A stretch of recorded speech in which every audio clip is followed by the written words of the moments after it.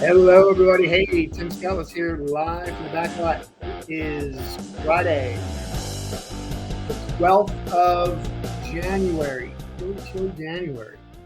What is happening? So, we're talking about today. Hertz announced they would be selling 20,000 rental units,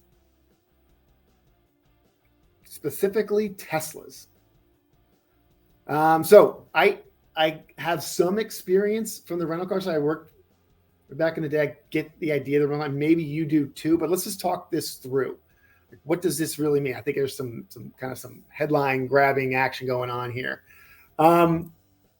So as part of what the articles state, what they're saying online is 20,000 units. So just so you know, like that's what rental car companies do, right? They sell the cars in their fleet when they're done. So it should be no surprise that they are, disposing of the inventory, right? It's what they buy the cars and then they sell them. This would account, according to reports online, this is about a third of their current Tesla fleet at Hertz. So, I don't know the size overall, but that could signify something. All right. Let's just talk about how does this work, right? So a rental car company buys cars. They're not really, they're just like everybody else. They're in the business to make money. So they buy a car at, let's just call it $30,000. And their plan when they buy the car is to depreciate that asset over time.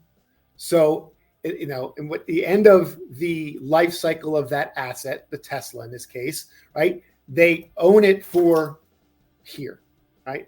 They buy it here, they write it down, they own it here. And hopefully here is either at the market or maybe a little bit below, right? So they can make money on their way back up. That's how rental car companies work, okay? What happened here with Tesla, according to reports, is they bought the cars here, but Tesla dropped the price of their inventory, if you guys remember.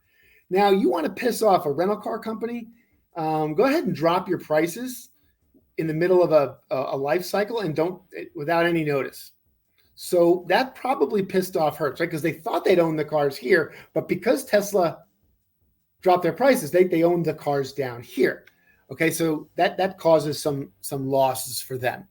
Now, there was a commitment from Hertz to buy 100,000 of these. What's that going to mean for them? Well, who knows? But the reason for the early what is being perceived as the early exit of these assets from Hertz, these Teslas, is one, they were kind of hard to rent. They weren't renting as well as they thought. Two, they were crashing. I don't know if you've ever driven an EV. They ride a little bit different. They're heavier. Their stopping distance is a little different. Charging them, it's a completely different life cycle. So they had a hard time getting people to rent them. So I think they saw that their losses were coming. So I think Hertz decided to flip out of these things maybe a little bit earlier. Okay. Now, so what's next? I would say for the folks on the back lot like us, well, it's going to give us a chance, to get a hold of some Teslas, right? What Hertz wants to do is they're going to probably negotiate their deal with Tesla, the remaining 80, or whatever they got left out of their 100,000 I got to buy from. They're going to go to them and say, like, if you're going to be making these price changes, these price drops, we're not buying. We need to better negotiate a deal. That's actually what they do with GM and Ford and all Kia and Hyundai. Right? They kind of know what they're going to get the cars back for. There's no time frame on the commitment to fill out the 100,000 units. But there could mean good deals for, like I just mentioned, like good deals on Teslas, I think, for folks like us at the dealership. Okay. Tesla's certainly going to need to learn how to get along with the fleet companies if they're going to want to play in this space. You could say that everybody wants to be in the rental car business, but listen, there's Toyotas out there.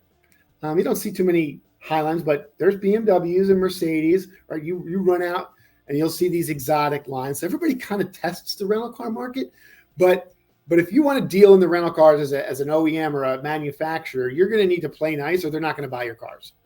And if you want to hit your numbers, Tesla, you're probably going to need to sell some cars to the rental car companies. And the rental car companies are probably going to need to learn how to better, rent these EVs. Kind of tough. What does it mean for folks in the back lot like us, right? We're going to need to learn how to sell EVs. If you are not learning how to sell, if you don't know how to sell EVs now, I would tell you you need to learn because they're coming. Or it's step out of the game. Are you going to be the tortoise or are you going to be the hare in this case? I would recommend you be the hare here, okay? The tortoise, he wins, but let's get out in front, right? And maybe we can convert back to the tortoise, okay? So we got to get better at inspecting these cars. As an industry, we need to come up with some tools to better understand the battery life and the internal workings of these cars for our folks. We're going to need to learn how to value these cars better, right? In this case, Hertz probably need to better understand the depreciation, what the residuals are going to be. We're going to need to learn how to recondition these cars. Okay, throw them back in the shop. They're a lot heavier. The technicians are a lot different. We're going to need to learn how to sell these cars. Our folks are going to have to get excited about them. I think there'll be a lot of changes on EVs, so be flexible. So I love your comments. What you're hearing on these EVs. Please leave it. Your comments on in the thread here below. What's happening? We'll be at the NADA show. I got my ACV stuff, my ACV gear on right now. All right. February 1st through the 4th. There's a quick pic of our booth. Super cool booth. It's right there in the middle of the convention center. We've got a big banner. You will not be able to miss us. We've got a little stage that will be running some really cool tech talks during the day. Plenty of meeting room spaces to hang out if you want to, get together and talk business. I look forward to seeing you all there. All right, hit me up on the side. Remember, we've rebranded. So live from the back lot. Check out the Facebook page. I've got a new YouTube page, and we've also got a new Instagram account that I'm trying to get some traction on. Tim Scout is here live from the back lot. All right. Sell them all. You can always buy more. Take care, guys. See you next week.